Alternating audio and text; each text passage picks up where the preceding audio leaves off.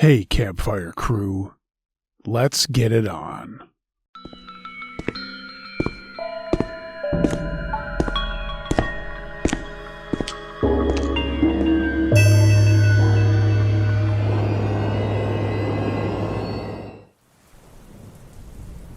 Weird Scary Night by Destiny.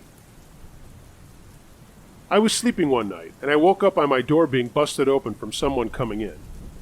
I couldn't really see who it was, but I knew someone was coming towards me. I had a lamp on the desk near me, so I switched it on, and when I looked, I saw someone had run out before I got to see them. I thought it was my brother playing around with me, and I got up to check on him and tell him to stop fooling around because he scared the crap out of me. But he wasn't there, and then I remembered that he was at a friend's house sleeping over. I was scared and disoriented, and I ran into my mom's room, and she wasn't there. I looked at the time, and it was 12:30. She was still at work. I was home alone. I ran into my room and turned on the light and locked my door. I grabbed the phone to call my mom and tell her someone was in the house with me, but she didn't answer. I climbed into my bed and stared at the door. My heart was pounding crazily. As I was going to get out of my bed, I looked at the door, and someone was turning the knob. I saw the shadow of the person under the door, and I began to cry. I was so scared. I went to look under the door, but when I got there was no one there, but the knob was still turning. How in the world is the knob turning when no one is there? I called my brother to come home, and I explained everything. He said okay and that he was on his way. I stood on my bed, terrified, waiting for him to get home. Then I heard someone calling my name, but their voice was fading away. I didn't answer back. The person, or whatever it was, began banging on my door, saying my name, repeating it over and over. I screamed out, "Leave me alone!" with tears rolling down my face. I had never been so scared in my life. Then the banging and everything stopped. I heard footsteps going down the stairs, and then coming back up, continuing to call my name. Then I heard my front door open, and my brother calling my name and asking if I was okay. I raced out of my room and ran downstairs, but no one was there. Someone was coming down the stairs behind me, and I turned to see a black, shadowy-like thing. I couldn't see its face because it was just dark downstairs, and it was so dark itself.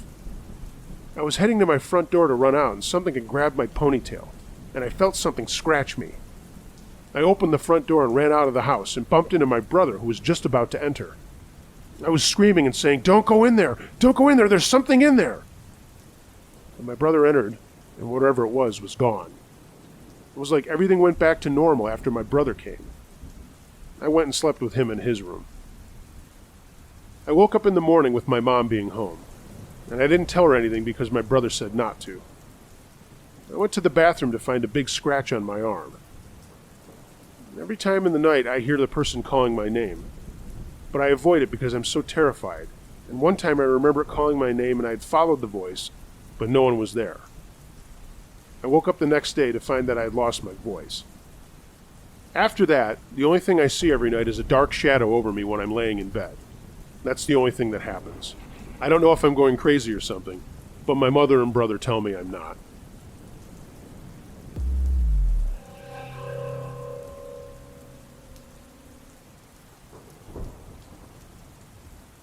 "911 Calling" by Indiana Jones. This took place when I was about 10 years old. My mom had rather quickly filed for divorce, but she only had a part-time job and made very little money. So finding a place to stay that was affordable and available immediately was pretty tough. A friend of hers told her that she and her husband had a little mobile home that was currently sitting empty, and we could rent it for practically free, till we at least figured out something else. I immediately didn't like the place.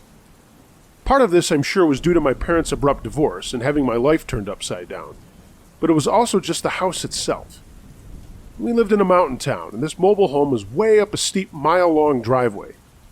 Beautiful pine trees surrounded it, but the house itself looked abandoned and out of place. It had 2 bedrooms and 2 bathrooms, so my brother and I shared a room and my mom took the bedroom with the attached bathroom. It was very 70s, with wood paneling and dated fixtures. There were also areas that showed strange damage, like holes in the wall that were badly patched up. For whatever reason, I immediately refused to use the hallway bathroom. I wouldn't even step into it. My mom never really asked me why or questioned it, but she let me use hers. Anyway, my mom was gone a lot trying to find whatever work she could, so I would be home alone a lot after school and on the weekends. Each time I received the 911 call, I was by myself. My mom always told us not to answer the door, but we should always answer the phone in case it was her. So when the phone rang one afternoon, I figured it would be my mom, since no one else really had her number yet. And there was a woman on the phone who sounded very concerned. "Hello, this is 911 returning your call. We received your call, but we got disconnected." I immediately got a sick feeling. I told her that I didn't call 911, and she asked me if there was anyone else in the house who might have called. I said I was home alone, but I started to get really worried that maybe I wasn't. She said she would dispatch police to our address just to make sure everything was okay. At that point, I was terrified to be in the house, so I sat outside and nervously waited for the police, who showed up in about 15 or 20 minutes. The officer asked me if I had called 911, and I said no, but they continued to claim I had called them. The officer just shrugged and said, "This kind of thing happens sometimes. They say that it can't, that the numbers can't get mixed up, but I'm telling you it happens." He did a cursory glance around the outside of the house and left. I tried to convince myself that the officer was right. It was just a mixed-up phone call, and hopefully whoever did actually call got the help they needed. About a month later, the same thing happened. I got another phone call from 911 saying that they had received a phone call from our number. I told them again that it must have been a mistake. The woman on the phone scolded me a bit, telling me that 911 wasn't something to play around with, and I was preventing people from getting help. She didn't dispatch any police this time. Again, I was really worried someone was in the house, so I cautiously checked and made sure all the doors were still locked. I don't know why, but I always kept the hallway bathroom door closed. Maybe because of the eerie feeling I got from it. As I was checking the house, I just knew someone was in that bathroom. I was terrified. Part of me felt like I needed to open the door to check, and maybe to prove myself wrong, but I was too afraid. So I just sat in the living room watching that door. It was so quiet in the house that after a few minutes I swore I started to hear faint sounds coming from inside, like a kind of shuffling noise. I asked my mom to check out the bathroom when she got home, and she quickly looked inside. She made me come and look to see that it was empty, and I was letting my imagination get the better of me. The 911 calls happened 3 more times over the coming months, and only when I was home alone. The 4th time, the dispatcher told me I could face criminal charges for what I was doing, and they would contact my parents. I hung up the phone sobbing and terrified. I had that feeling like someone was in the house again, but if I called 911, they probably wouldn't even show up. I felt like the girl who cried wolf, only it wasn't me. It was like someone was playing a horrible, twisted joke on me. I sat and watched the bathroom door again, hearing noises like someone dragging their fingers across the door. I decided my mom was right, and I was probably just letting my imagination get away with me. I decided to try and leave the bathroom door open so I wouldn't get so freaked out by the thought that someone was in there. Then I got the 5th 911 call. This time, though, after I hung up the phone with the dispatcher, the bathroom door slammed shut. I ran. I ran all the way down our steep driveway and found a place to wait till my mom pulled into the drive. When she arrived, she was angry with me for leaving the house, but she saw how upset I was. I think maybe she thought I was acting out due to the stress of the divorce. I refused to be alone in the house again, though, so we worked it out that I would stay later at school or go to a nearby friend's house till she got home from work. Not long after this, we got a notice from my mom's friend that we needed to move out of the house because her mom needed a place to stay. I was so grateful to be moving out. I told my mom she needed to tell her friend that something was wrong with the house, but my mom thought it was a ridiculous way to pay back someone's generosity. I moved around a lot the next few years and tried to forget about that house. It wasn't until I was older that I really thought about it. I witnessed an accident and had to call 911, and the fear and paranoia all came flooding back. I decided to do some research, which, honestly, I wish I had never done. A few years before we moved in, a woman was killed in that house in some kind of domestic dispute. It was days, though, before she was found, shut up in the bathroom.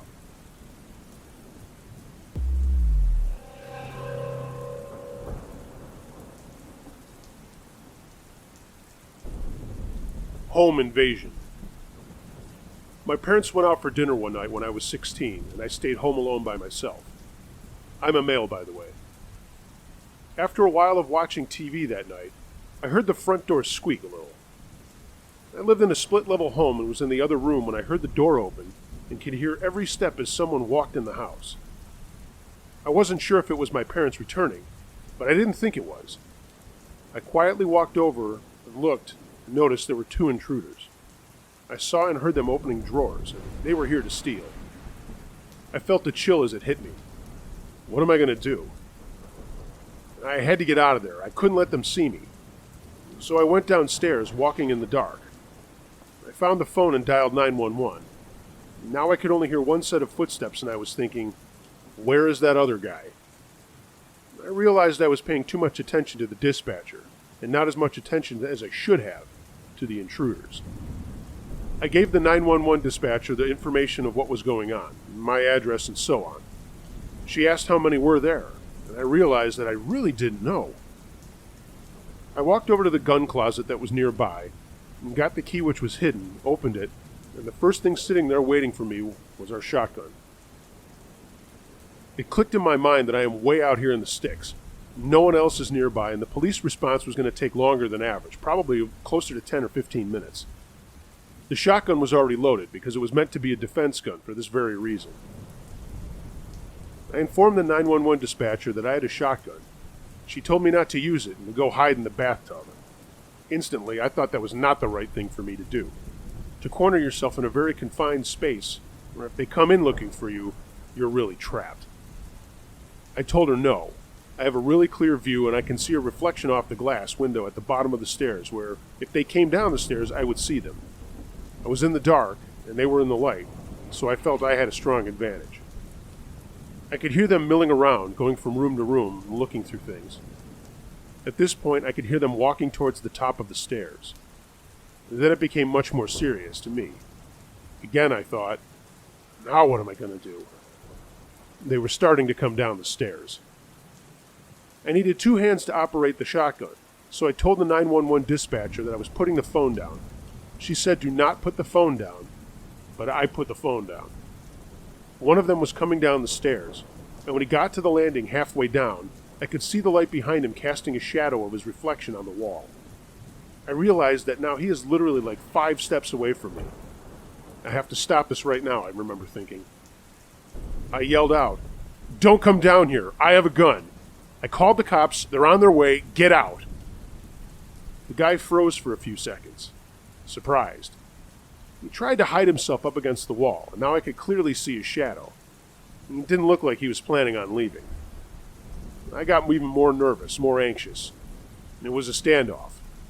Throughout my yelling, he came down another stair or 2, so he was now about 3 steps from entering the room. Again, I could see the shadow outline of his head, shoulder, and chest in the reflection of the glass. I then realized he had no intention of leaving. He was there to hurt me or something, or steal or whatever, but you know what? It wasn't good. The only reason I thought that he wouldn't be leaving, he also had a gun. I started to realize what would have to be done, that I would have to defend myself. He rounded the corner rapidly, really kind of like a jump, and I started shooting. I shot a couple of rounds off real fast. I was totally disoriented from the sound, smoke, everything. I was looking to see where he was, and I was expecting to see him laying there, but he wasn't. I didn't hit him, and I was wondering where he was at that point. The next thing I remember was hearing a noise. It was the 911 dispatcher coming from the phone, yelling to see if she could get my attention to find out what was going on. I picked up the phone and said I'm fine. I shot at him. I don't know where he or his buddy is.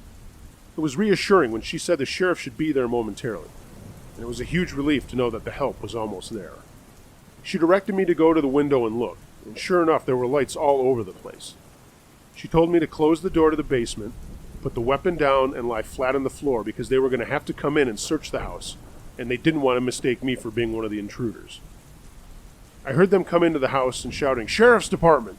and there were a lot of them. They caught one of the guys running up the road and eventually got the other one, too. The sheriffs told me I shouldn't have shot at them, but my dad told me I did the right thing. It was only some drywall to be repaired after all. I will never forget that night as long as I live.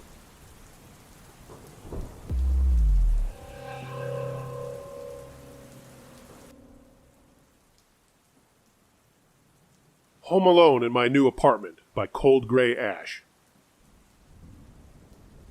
When I first started living on my own, I was about 20 years old and decided roommates were not for me. However, I was living in a big city all alone for the first time.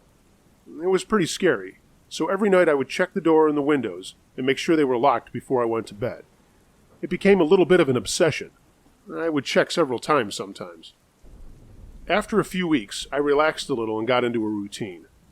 I was able to fall asleep better, and I had gotten used to all the noises my apartment made. One night, I woke up in the middle of the night, and totally awake, not just kind of awake. I sat up straight because I knew I had heard someone at the door. I froze and held my breath, and tried to listen and see what I could hear. You know, when you do that, you start hearing everything. The fridge running, the alarm clock ticking. But since I had just woken up, even though I knew I was awake, I thought maybe I was imagining things. Then the doorknob turned. I had locked it along with the deadbolt, and the deadbolt turning had been what had woken me up. I jumped up and ran as quietly as I could into the kitchen, and grabbed the biggest knife I had and crouched down behind the couch to wait and see what would happen. A man opened the door and started to enter the apartment. But as soon as he saw my furniture and stuff, he whispered, "Someone's here." And he and whomever was with him turned and left, closing the door, but not locking it. I ran to the door and locked it and looked out the kitchen window to try and see what was happening. I barely made out some shadows running through the courtyard, but only for a second. I was terrified. I got in my car and went to a motel for the night, even though I couldn't afford it. The next day when I talked to the manager of the apartments, he promised to change my locks right away. Apparently, they had a problem with the previous tenant's teenage son coming in when it wasn't rented to have sex with his girlfriend and drink and smoke pot. They never changed the locks because they thought he'd stop doing it. They had caught him a couple of times and found bottles and condoms when they were cleaning. I know many people won't think this is scary, but I was young, alone, and it was very disturbing to me. My heart is beating just thinking about it, and it's been over 10 years.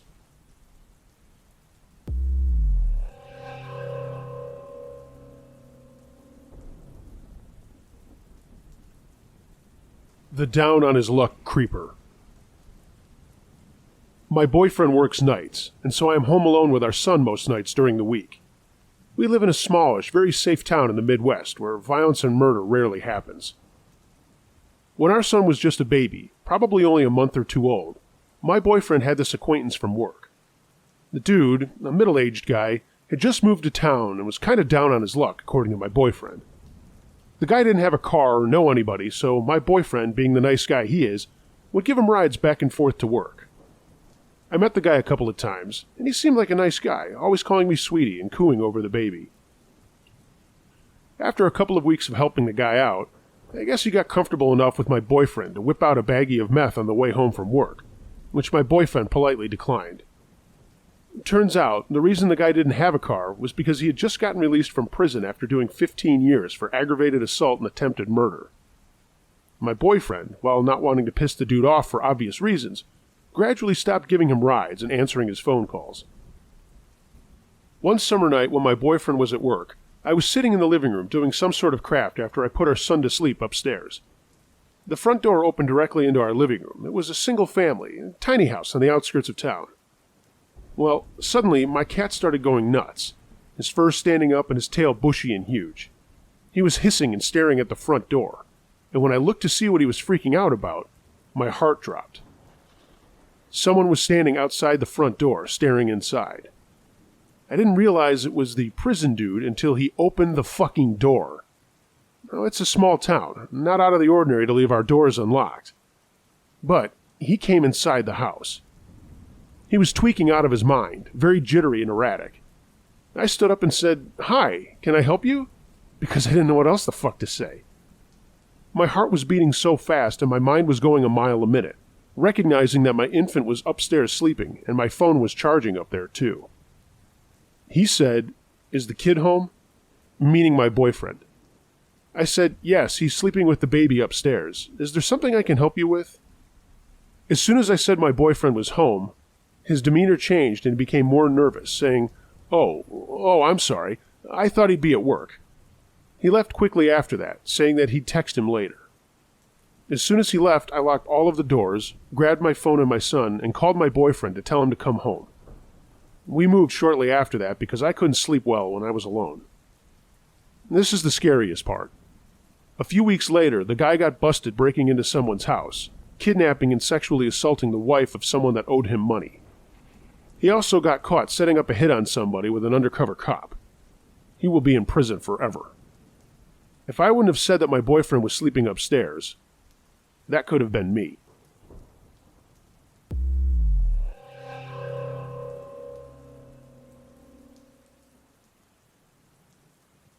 The Strangers Outside, submitted by Max Tone. This happened to me when I was 17 and in high school. I wasn't alone, but I think this qualifies.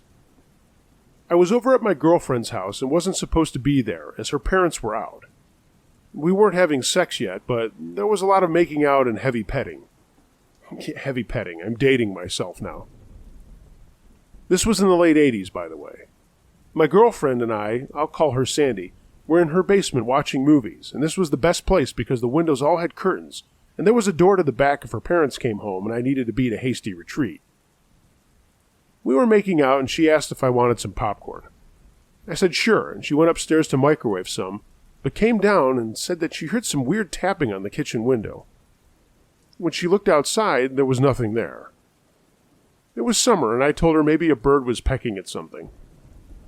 Sandy said okay, and we went back to watching the movie. After a while, we were back fooling around, and she asked me to pleasure her. I knew it was give and take with her, so I didn't care, and I actually liked doing it to her. I told her I wanted to brush my teeth first, and I ran upstairs quick. But on my way back through the kitchen to the basement door, I heard the tapping myself. Turning the lights off, I looked outside into the dark, but couldn't see anyone in her yard. So I poked my head out the back door and got a better view. No one and nothing was out there. I closed the door and went back to her and went to town. She was lying back with her hands in my hair when we both heard 3 loud taps on a basement window above us. I tried to play it off, but Sandy's legs clamped around my head and she tensed up. "What is that?" she whispered. At first I thought it was my buddies screwing around, as we tended to be dicks to one another, and we knew we were out with our girlfriends. One time my friend Steve and I played this elaborate joke on our pal Tony and his girl, so I thought, okay, here comes revenge time. But then we heard tapping at the window across the basement on another window. It dawned on me that it couldn't be Steve or Tony, as they were at Tony's camp about 2 hours away. So I got up and went back upstairs to check around the house and see if I could spot anyone around. Nothing again. But now there came a pounding on the back door, so I ran to it and threw it open with just a couple of seconds. There, in the backyard, was a shape of 2 guys. I didn't look long. I just slammed the door and ran down the stairs to a shaking Sandy. "What's going on?" she screamed. I told her to calm down and that I was going to call my brother. He was a bodybuilder and bouncer, but more importantly, he was also a pizza delivery guy, and he might be able to swing by. I reached for her phone, and that's when it rang. Sandy came over and answered it in case it was her parents. She answered it, and her face went white as she slammed it down. "What?" I asked. She said a guy's voice said, "I wouldn't do that if I were you." A chill ran down my spine, but I called my brother anyway. He was out on a delivery, so then I paged him. Yeah, pagers were still a big deal back then. As soon as I did so, we could hear pounding on the outside of the house from at least 3 places, and more tapping on the windows. I wondered if they could see through a crack in the curtains, but with all that noise, I didn't want to get close to them. "Maybe they'll just go away," Sandy whispered, and I turned the TV and the lights off. We sat in each other's arms for a minute, and then the phone rang again. "Not going away, you little bitch," I heard as Sandy answered and held the phone so we could both hear it. Another barrage of pounding. If you are thinking, did the neighbors hear any of this? Not likely. Sandy lived out in the country, and the closest house was about a quarter of a mile away. We heard glass break upstairs, and Sandy screamed. The phone rang again, and she said don't answer it. I told her, what if it's Jim, my brother? My eyes were adjusting, and I could sort of make out her eyes. I could see that they were wide open. I said, fuck it, and I picked up the phone. "There's nowhere to run, bitch," said the voice. "Nowhere to go." Just then, call waiting clicked. I flipped over and it was my brother. I quickly told him what was going on, and he said he'd be out there in a few minutes. I hung up the phone, and it immediately rang again. "Who the fuck do you think you are hanging up on me?" said the voice. Sandy's dad coached softball, so I knew he had some bats around, and I asked her if there were any in the basement. She said she thought there were some in this little room off to the side, and I told her to stay put. She whispered loudly, "No!" but I was already crawling across the floor in the dark. There was another sound of breaking glass upstairs as I wrapped my hands around a bat, and then I found another one. I told Sandy to stay where she was, with the phone off the hook, and that I was going to meet my brother upstairs. She was crying now and told me not to leave her, but I had to. The only light on upstairs was the kitchen light, and I swiped that off fast when I got there. Letting my eyes adjust again, I crawled to the front living room door and softly unlocked it. I could hear 3 people whispering just outside the door, and noticed that one of the front windows had been smashed by a rock. I sat there breathing slowly and quietly when I heard the sound of a car. My brother. He had this old Dodge Charger, and I heard him slide into the driveway and come flying up. I ripped the door open, and in the headlights I saw 3 guys standing there looking back at Jim. They had left their car in the driveway like morons, and there was no way they were getting out of there, because the front of the house had a deep ditch between it and the road. And they started to run, and I jumped out of the house and threw one of the bats at a guy, and it unbelievably slid between his running legs, and he fell down with a loud yell. Jim sprinted across the yard for another guy and tackled him and held him down as the third guy ran away into the fields in back of the house. Sandy had come upstairs and turned the lights on by that time, and well. The guy Jim had was her ex-boyfriend, Tate. He and his friends had come out to harass us, but messed up and got caught.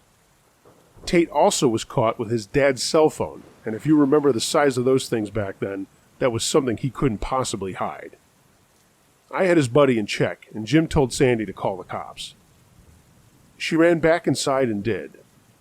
By the time they got there, her parents had come back and wanted to know what the hell was going on.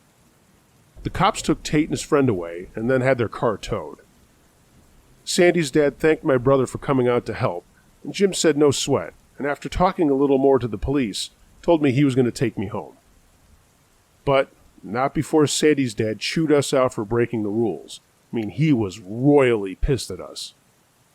Her mom was more happy that we were just okay. I told him I'd pay for the windows because I was to blame for everything, but he said as long as I helped him fix them and promised not to break the rules again, that would be the end of it. I can't remember what happened to Tate and his buddies, but I never saw them again. I do look back and remember how scared I was. I often wonder what else those guys were planning to do to us that night.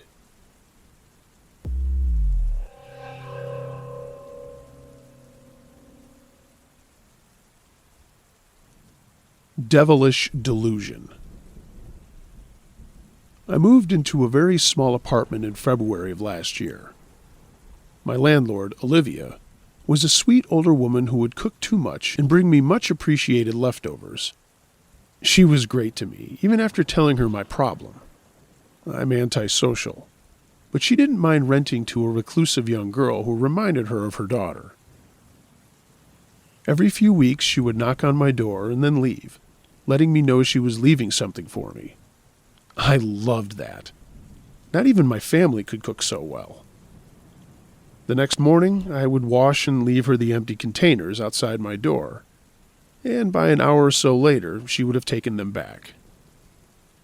My other neighbors seemed fine, but I never talked or visited with them. I worked from home, so any time I was ever forced to go out, I rushed in and out of my apartment, avoiding any uncomfortable situations. I loved living alone. It was everything I hoped for. I could just breathe, you know? By April, though, I started noticing things were not right. Things were just moving around or plain disappearing. I was convinced it was just anxiety caused by my new medication and the move. Another side effect of the medicine was that they would make me drowsy, so since I hated seeing the doctor, I just dealt with it. I took naps during the day now and eventually stopped caring, until one incident doubled my paranoia. Olivia brought me some sort of Greek salad and dressing for lunch one day, and I enjoyed it with my friend Netflix. I fell asleep in the middle of Portlandia and woke up that evening at 5 p.m., per usual. What was not usual was my bedding on the opposite side of me had been disturbed. I only sleep on the right side, always. And even creepier, it felt warm. My first thought was that maybe I must have rolled around a lot, but I knew this was too odd to dismiss. I got up and searched my apartment, gripping my phone with 911 already typed in. Nothing else had been disturbed, and everything was exactly like it should be. So I let it go, and for the next few weeks, everything was normal. A little while later, it started again, things being misplaced. Shoes and other items went missing, and one time my shower curtain had been drawn back, which I never left it that way. I thought about telling someone, my parents, or maybe even Olivia, but I decided if it wasn't life or death, I wasn't going to reach out to anyone. I wasn't scared, I was more nervous, and probably a lot more stubborn. And I stayed. I decided I wasn't going to let some stupid anxiety ruin my lovely, lonely world. But inevitably, things got worse. My panties, my toothbrush, hell, even my food was being misplaced. Every time I woke up, there was this strange odor in the air, and I finally realized this wasn't going away by ignoring it. So I called my mom and begged to stay a few days at home. When I got there, I told my parents everything, and saying it out loud solidified any creepy suspicions. That week, my dad went to my apartment, and what he found was true horror. Written all over the walls were the words, "Come back, baby, please." He ran out and called the police immediately. No one had been living in my apartment, but someone definitely had access besides me. The investigation revealed a man, Henry, the son of my landlord Olivia, who was in a projected relationship with me. They showed me his confession on tape. He admitted to coming into my apartment every night and every day with his mother's extra key. He told the police that we were in love and he had my permission. He also admitted to drugging his mother's food that she left out for me, causing my drowsiness and falling asleep so that he could come in and watch me sleep, touch my hair, kiss my shoulder. The leftovers I had in the fridge from Olivia were tested and everything was confirmed. I was absolutely horrified and disgusted. A man I never knew existed collected my drained hair, my clothes, and trash, and practically had been living in my apartment for 4 months.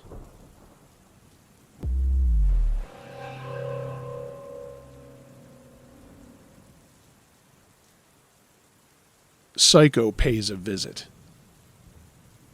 I'm a female and was 23 at the time of this incident. I was living in the house my parents left me after they died. My dad died when I was 5 from a stomach ulcer, and my mom died of womb cancer when I was 22. I'm an only child with no grandparents or other family, so you can imagine it was pretty devastating to lose my mother. I was living alone in that house at the time. I wasn't ready to sell it. That was my childhood home.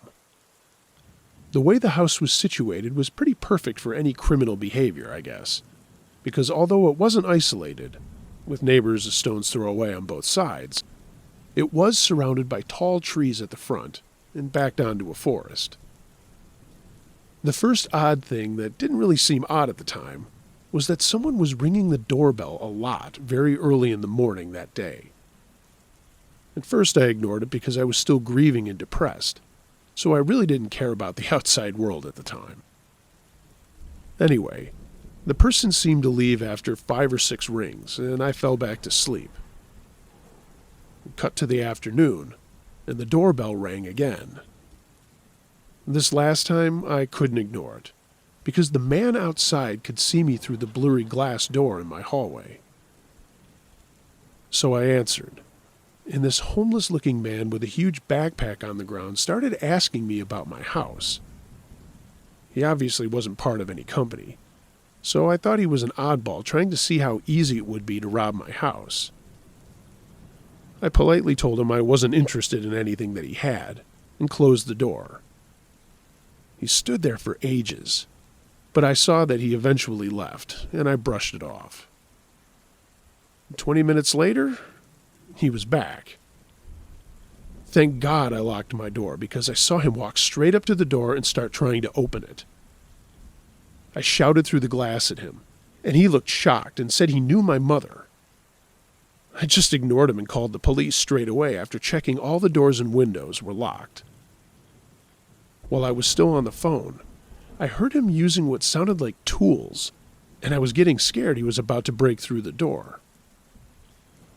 I stood by the back door, ready to run, and about 30 seconds later, I saw my front door shudder and slightly open. I panicked. I dropped the home phone and ran as fast as I could down my garden into the woods, onto a path, and ran to a neighboring street. I didn't see him following me, so I just assumed he was robbing my house, and that's all he wanted. Slightly relieved, I knocked on a stranger's door at random and asked them to call the police for me. The police arrived to meet me in the living room of this stranger. It felt like hours later, but was probably only 40 minutes. The police took me to the station, and I found out exactly what happened, and it was a lot creepier than what I could have ever imagined. When the police got to my home, the man was gone, but he left a host of fingerprints and evidence. Because he was known to the police, he was picked up the next day hiding in a family campsite. He wasn't too bright, obviously, and also had a long list of mental health problems, everything from schizophrenia to manic depression.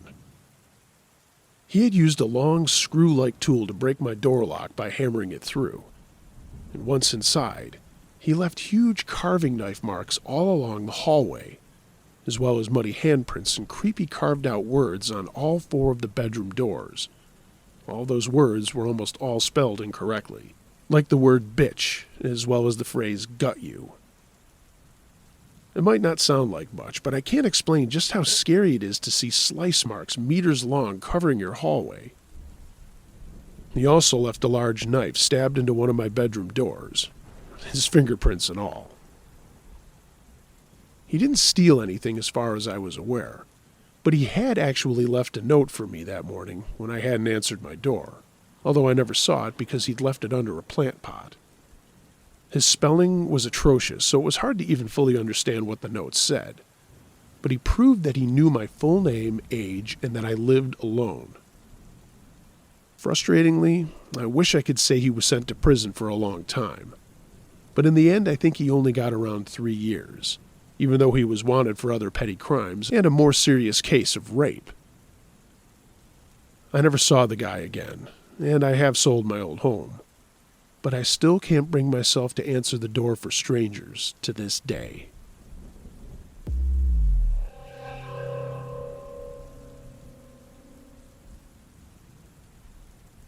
The Stranger.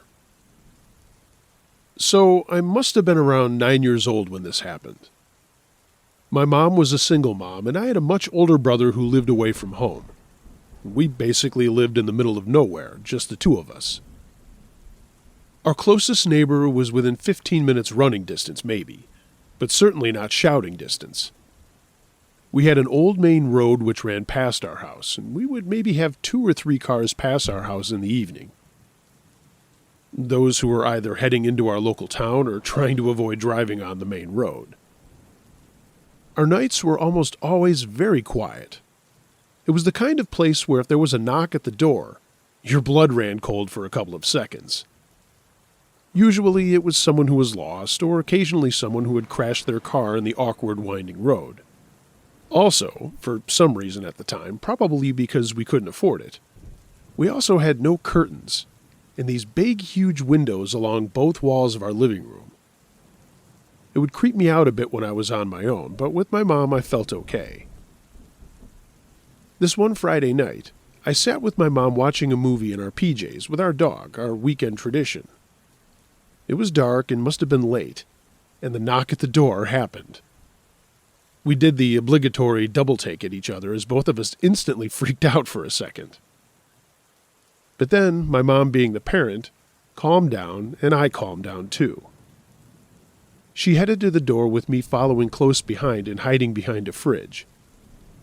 She undid all the locks on the door and opened it, and there was no one there. My mom slammed the door, and I started silently panicking and looking at her for an explanation. She gave me some weak explanation about a deer running into the door, which I obviously didn't believe, but I didn't argue with her either.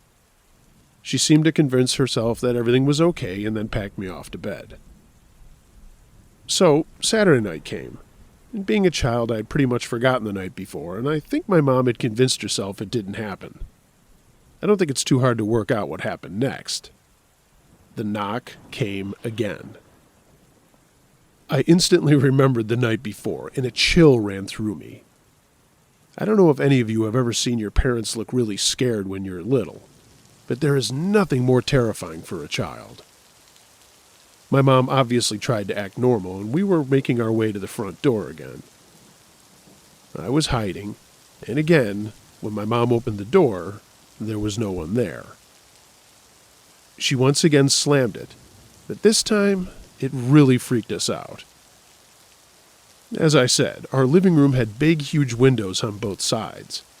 When the lights were on inside, we couldn't see anything outside, but obviously anyone out there could see us.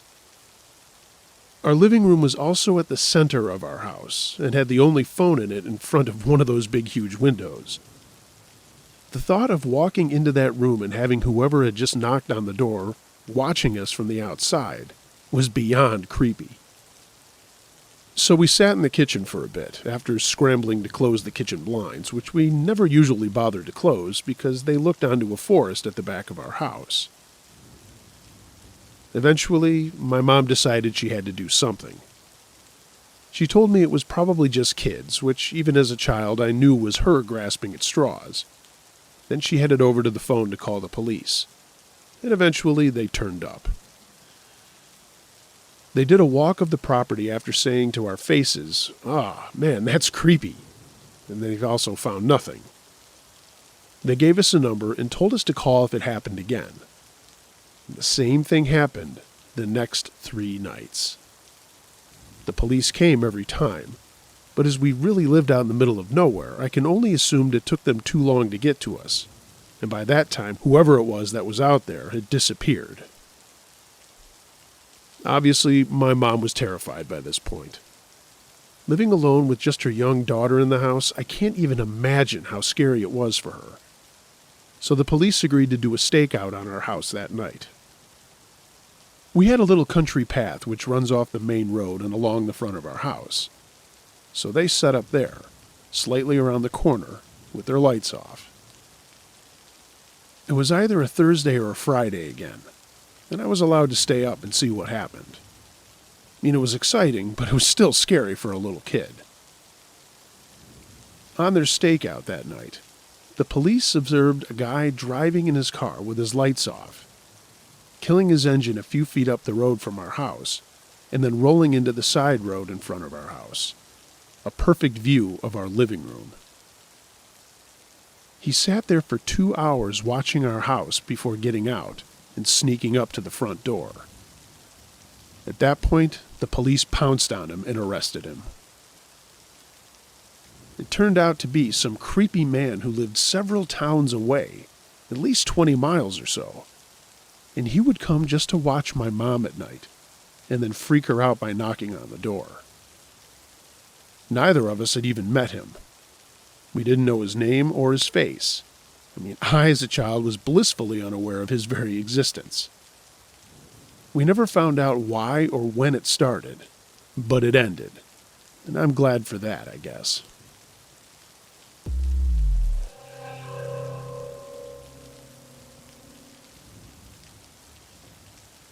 The creepy Horsey Set. This encounter happened to me a long while ago. For the longest time, I couldn't share it. I live in the country in Ohio, down a long drive, fields on 2 sides, and woods in the back. I'm about a mile away from town, so if I needed the police, I would have to call the sheriff. I lived with my husband. The night this happened, my husband was getting some overtime at his factory. It was a Saturday, and he was working third shift. I'd spent the evening at my parents' house and didn't head home until around midnight. I stopped at one of our 24-hour gas stations to get some drinks and chocolate and a beef jerky for our boxer, Alizé. As I exited the gas station, I got this feeling that was so strong, it made me look around because I knew someone was outside with me. And over to my left, about 20 feet away, was a girl in a really cute little dress with a white horse mask on, just standing there. We stared at each other for a minute before I hopped into my car. I quickly pulled out onto the road, almost hitting a light pole as I belatedly checked my back seat for danger. That was unnerving, but I was home just a few minutes later, giving Alizé a jerky and eating chocolate and watching TV. And all of a sudden, my dog took off down the hall to the back porch, barking and growling and attacking the window. I ran in there, afraid a window was going to get broken. And Alizé had broken a window trying to get a coyote once, and I stopped dead in my tracks when I got there, though. There, standing at the window, was a horse mask. Again, we just stared at each other. I looked over to the back door. Was it locked? Shit, I couldn't remember. Horse Mask looked over at the door. Slowly, I walked over to it, and so did Horse Mask. We both reached for the knob at the same time, and it was locked. Horse Mask looked behind her, and for the first time, I looked around my backyard. There was a guy in a horse mask, too. I was like, okay, that's enough. I'm calling the cops. I got Alizé and shut the door to the porch and went to the living room to get my cell phone. Of course, I had left my cell phone in the car when I carried my stuff into the house. My car was in my garage. My dark garage. But after realizing I didn't have any choice, I opened the door to the garage and then tried to open my car door. But oh, guess what? I must have locked it, and I didn't have the keys. So I crept back into the house, and there was no sign of Alizé. No horse mask in the backyard that I could see from the kitchen window. I grabbed my keys and got my phone, called the sheriff and told him what had happened, that I was followed home and was now alone. Of course they asked if they were still outside, and I looked out the windows room by room. There was nothing, until I got to my front yard. Right out front, there they were, standing about 100 feet away, holding hands, staring at my house. I was honestly crying at that point to the dispatcher, who assured me that someone would be there soon. As I stood there, clearly on the phone, the girl in the horse mask waved at me.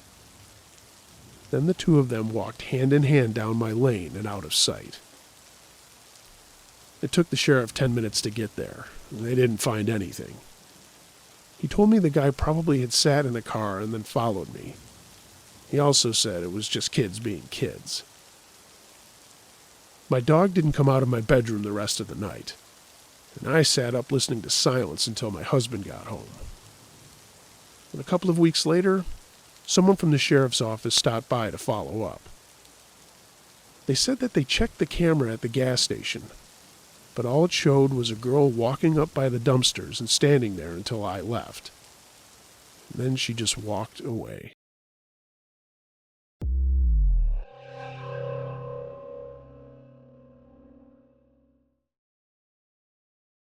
Home Alone, submitted by Sweet One 453.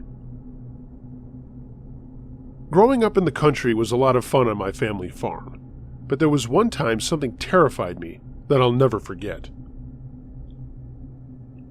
My family's place was outside of La Crosse, Kansas, and if you don't know where that is, I don't blame you. It's right in the middle of the state and really in the middle of nowhere. My father and grandfather ran a wheat and corn farm, but we also had some animals that we usually grew for extra food, to butcher ourselves too. chickens, some cows, and pigs. When I was 16 and my sister was 12, my grandpa died unexpectedly, and it was a very tough time in our family. We had to hire some new hands, which worked out well, but it kind of opened my father's eyes to how he was living his life and never taking time out to actually live. If you don't know, farming is not an easy life. It's a lot of time, and it's a lot of hard work.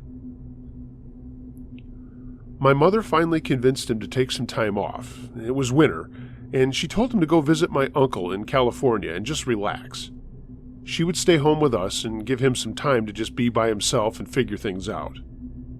He did, and that first Saturday night while he was gone, my mom was asked by a friend to go to the movies in Great Bend, which was like 45 minutes away. She then asked me to watch my sister, and I said okay. And for two teenage girls, we got along pretty well, and I promised her movie night at home with popcorn and everything. My mom was planning on eating at a restaurant after the movie, so I put my cooking skills to work and made TV dinners when she left. Yeah, I was a heck of a chef. Everything was going great, but at about 8 p.m., I went to get refills on our Cokes and happened to look out of our kitchen window into the backyard. We had a large barn out there with a floodlight that automatically came on with any movement in the yard, and I was standing there, and it did just that. Standing next to the barn was a shape of a man, a big man. He didn't do anything. He was just standing there, but he must have moved a little to get the light to go on above him. I was in the dark of the house, so I'm positive he couldn't see me, but right away I knew something was wrong. I stood there waiting to see if he would move, thinking maybe it was one of my dad's friends over to borrow something, but that couldn't be. My mother would have told me if that was going to happen. After about 5 minutes, the light turned off and I could still sort of see the man, but after another minute or so, he just kind of walked backwards into the dark and was gone. I'll admit, I was a little spooked, but figured maybe it was someone who was lost. I mean, why they were way out here, I didn't even think about that. Which should have tipped me off that something was very wrong, as our closest neighbor is about 2 miles away, and there was nothing behind our house except the fields for our crops. Being a naive kid, I got 2 more Cokes and just went back to the living room. My sister and I finished one of our movies, and while I was rewinding the tape, my sister went to use the bathroom. A couple of minutes later, I heard her yell down to me that there was a man outside, and I ran back to the kitchen. Sure enough, the same figure was standing in the light of the barn. This time he was a little closer, and I could see he was wearing a heavy coat and hat. I stayed low in the window watching him, but again the light went out and he went back to the dark behind the barn. Just then my sister came up behind me and I gave out a shriek and then punched her, telling her to never sneak up on me again like that, little brat. She was worried, and I told her that it was strange, but maybe it was just someone lost, and if he came back, I'd yell out to him to see what he wanted. My sister wanted me to get the gun. I'd been shooting since I was 9, and I told her to settle down. We stood there in the dark, and just a bit later the light came on from outside again, and there was the man, now walking towards the house. He stopped about halfway between the house and the barn this time, and now the light was behind him, so I couldn't make out who it was. I told my sister to run and get one of the shotguns with some shells, and she was back in record time. I opened the back door slowly. "Who are you, and what are you doing out there?" I called, feeling brave with my shotgun in my arms. The man said nothing. He just stood there. I asked again what he was doing, but it was the same.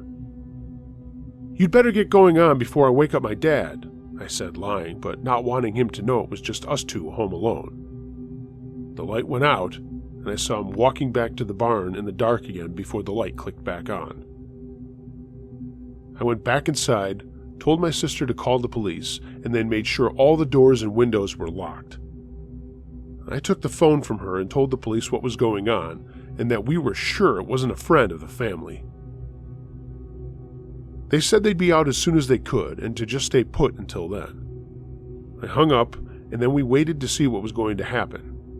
And again, sure enough, the light came on, and there he was, walking even closer to the house, but this time he kept on going around to the side of the house and out of our view of the back window. We ran back into the living room and saw lights coming up the drive, and it was the police. An officer got out of his truck and came up to the porch, and I opened the door as we talked over one another, trying to tell him what happened.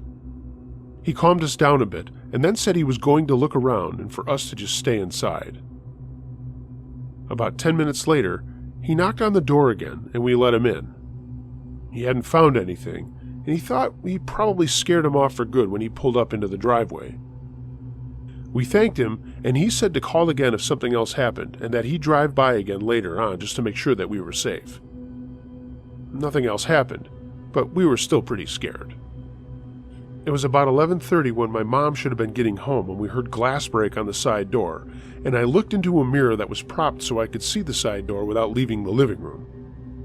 A hand was reaching in for the locks, and I screamed for my sister to call the police again, and I yelled out that I had a gun. My sister was screaming into the phone, and the door opened, and in stepped this man I'd never seen before. I pointed the gun at him, and he stopped and stared at me and just looked at the gun. I screamed at him to leave, and the police were coming, and he turned and walked out, and then started running out to the back of our property.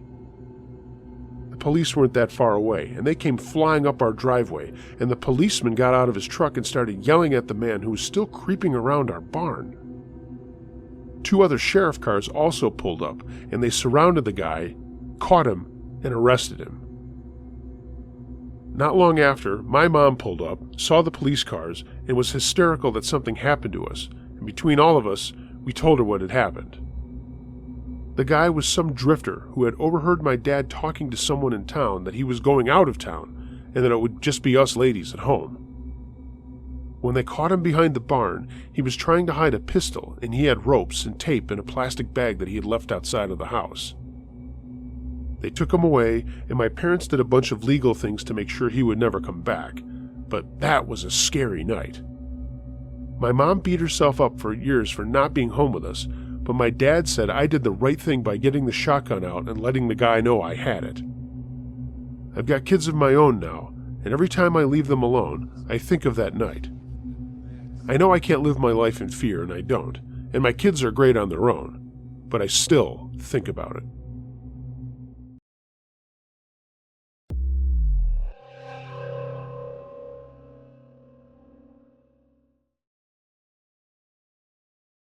Home Alone, submitted by Name Not Important. Let me start off by saying that I know your rule about thou shalt not send creepypastas, and I assure you, what I'm about to tell you has a 100% true story guarantee. I apologize for the length ahead of time. With that said, I would like to start off by saying that I'm not one of those guys that thinks everything weird that happens to me is automatically ghosts or something. I believe in them, but I'm just not sure about what this was at all. So here's my story. This happened to me in the summer of my freshman year in high school, going into sophomore year. It was the summer of 2010. I was a 3-sport athlete in high school, so that meant summers were always busy with summer workouts and conditioning. Mind you, I live in northeast Georgia in the southern U.S., and it gets pretty damn hot outside in July and August. And a side note, southern heat is like getting boiled alive at times due to the 95% humidity.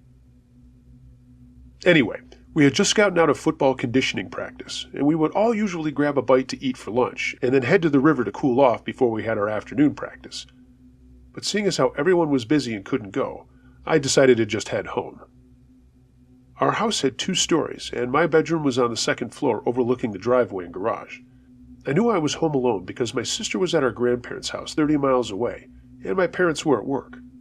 So I took a shower in my parents' bathroom because they had a cool stand-up shower. As I was jamming out to my iTunes playlist on my phone, I kept hearing people talking in the house. When I turned the music off, I heard what sounded like 2 big men talking to each other in the living room. I got really scared and ran and got my dad's shotgun out of a safe that conveniently sat in a safe 10 feet away from the bathroom. I loaded it and cautiously entered the living room. And there was nothing.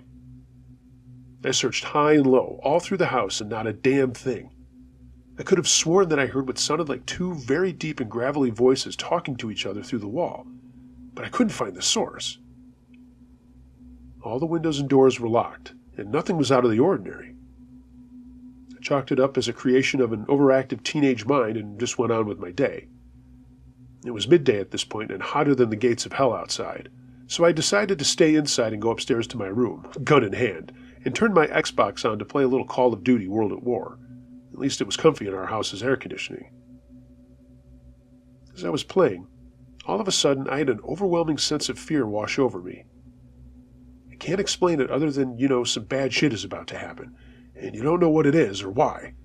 So I got up, looked around the entire upstairs floor, under beds and closets. I even looked in the trash cans and under pillows. Again, nothing. I just couldn't shake the feeling of something bad about to happen. I tried shaking it off, or writing it off to Home Alone paranoia in a fairly large house, and went back to playing my game, but I kept the volume lower just in case. About 10 minutes into playing, I heard extremely heavy footsteps directly under me in the kitchen. It sounded like and felt like an NFL lineman was walking around in steel-toed boots on hardwood floors by the way the house vibrated with every step. I looked outside for my dad's truck thinking he got home early and I just didn't know he was there. But it confused me because my dad isn't that big, and his truck wasn't in the driveway. I was 6'2", 250 at the time, and easily outweighed him and was 3 inches taller than him. Confused, I walked to the top of the stairs, and for reasons I will never know, I yelled, "Hey Dad, I'm upstairs playing Xbox if you need me," instead of silently checking out who it was. Nothing but silence responded. I was so scared at this point and knew I might have just fucked up, so I ran back to my room, stood beside my bed trying to think about my next move. Before I could think of anything, I heard the footsteps turn into what sounded like sprinting to the bottom of the stairs and then abruptly pause. Then they started up the stairs. When whoever or whatever it was started up the stairs, it was horrifying how inhuman it sounded. The steps were so fast up the stairs, it was as if whoever it was running up the stairs on all fours like an animal, but faster than anything I've ever heard run. It was like a dog running, but in fast forward. Who or whatever it was so heavy and strong that the house literally shook at each step. It vibrated the entire house to the point that some of the stuff on the bookshelves in my room fell over and onto the floor. I could feel the violent vibration of each step. I was obviously shitting myself at this point, and all I could think of was to grab the gun and hide in my closet, which was open next to me. I ran in as fast as I could and hid there and waited to see if some shack-sized dude walked into my room looking for me. But no one ever did. I stood in my closet, literally soaking wet from sweat and shaking like a leaf on a tree for 20 minutes, just waiting. At the 20-minute mark, I realized that the shaking of the house and inhumanly fast stomping of the stairs stopped right at the top. I don't know how to explain it, but I just knew that it knew where I was. I eventually grew a sufficiently sized beanbag after a hearty amount of praying, and was ready to square up with whoever it was that was scaring the shit out of me. I walked to the stairs with the gun ready to put a basketball-sized hole in someone's chest. And when I creeped up to the top of the stairs, surprise, there was no one. I stood in the purest confusion I have ever felt in my life until I looked at the carpet on the stairs. There were these 4-toed feet indentations on the carpet on the stairs. They were absolutely massive, like 15 inches long, 10 inches wide. No, we didn't have huge stairs, but they were big enough to fit my size 13 shoe on with little overhang. There was one print on the top step, which is how I got a good view of the full print. The toes of it were like 8 inches long from what I could tell, and the prints on the stairs looked like it was running on the balls of its feet. Only the front half of the print was visible, but the heel wasn't visible until it got to the top where the prints abruptly stopped. I took a picture of the print with my shitty iPhone camera, and then I searched the entire house once again, finding nothing, to my frustration. Nothing heavy fell over in the house that could have caused that to happen. In fact, everything was pristine. Not one thing moved out of place, except in my room, where it looked like an earthquake happened. My stuff was everywhere on the floor. I freaked the fuck out at that point and ran outside to my truck and sat in it until I had to go to practice again. When I got home from my second and last practice of the day, I showed my parents the picture of the print on the carpet, and they absolutely did not believe me, thinking I was playing a trick on them. Honestly, I had replaced a few family pictures with that picture of the astronaut sloth a few days prior, so they had grounds for thinking that, and I didn't blame them. They still to this day don't believe me, and there were no reports of earthquakes anywhere around us at the time. I have no clue what it was or what happened, and I can't find anything online from other people telling a similar story, but I think my praying helped me as I've never experienced something like that since then. I got rid of that phone years ago, and I would have sent that picture to you. What I wrote was 100% true, and I wish I could prove it, but I can't. I hope this ends up on your channel. I'm a new subscriber, and you've inspired me to tell the stories that I've been keeping to myself all these years. I think I finally found my campfire.